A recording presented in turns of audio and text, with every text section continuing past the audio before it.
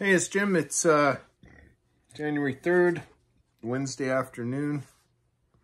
Guess I still got my Echo hat on, but finishing up this Stihl, the 661.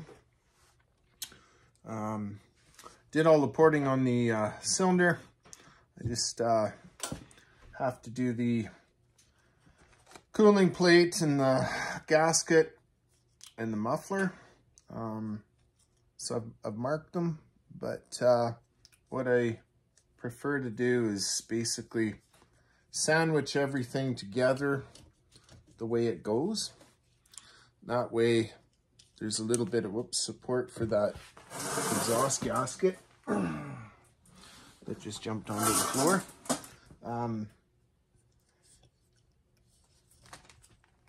And that way you don't end up shredding them when you're doing this. So that's how I'm gonna basically have this set up. I end up bolting and 2 nuts in there, holds everything together, and then I end up just doing 1 pass through all of it, and then everything perfectly matches. And I'll take the cylinder in and just make sure that I'm happy with what I've got when I'm done. I also got the kit from Stihl. So this one did need rings. I talked about some dirt ingestion from air filter letting stuff through or whatever was going on there, dirty air filter. And then I also want to replace the fuel filter. You want to use these ones here. They've got a finer pre-filter or filter mesh on them.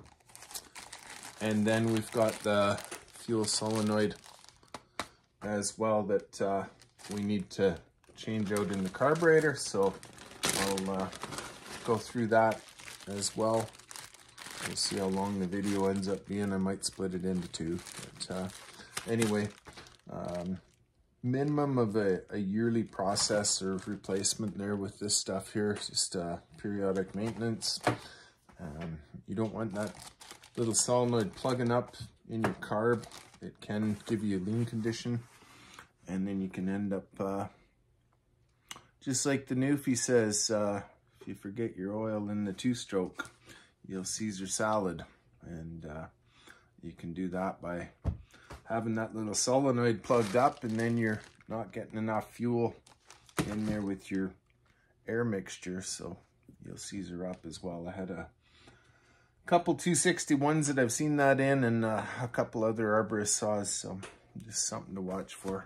Okay, they're around 60 bucks, so it's pretty cheap preventative maintenance compared to the cost of a cylinder and piston and everything.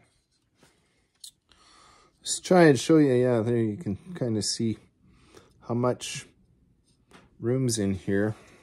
This one does have a West Coast Saws bark box on it, but I always open up the stock side port pretty much square. Even when you run your screen back in it, it's going to seal up. So you can go basically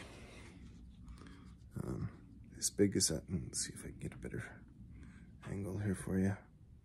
Yeah, as big as that frame is there. So okay, so you can work it from the outside or the inside, but you know, it's a pretty small hole.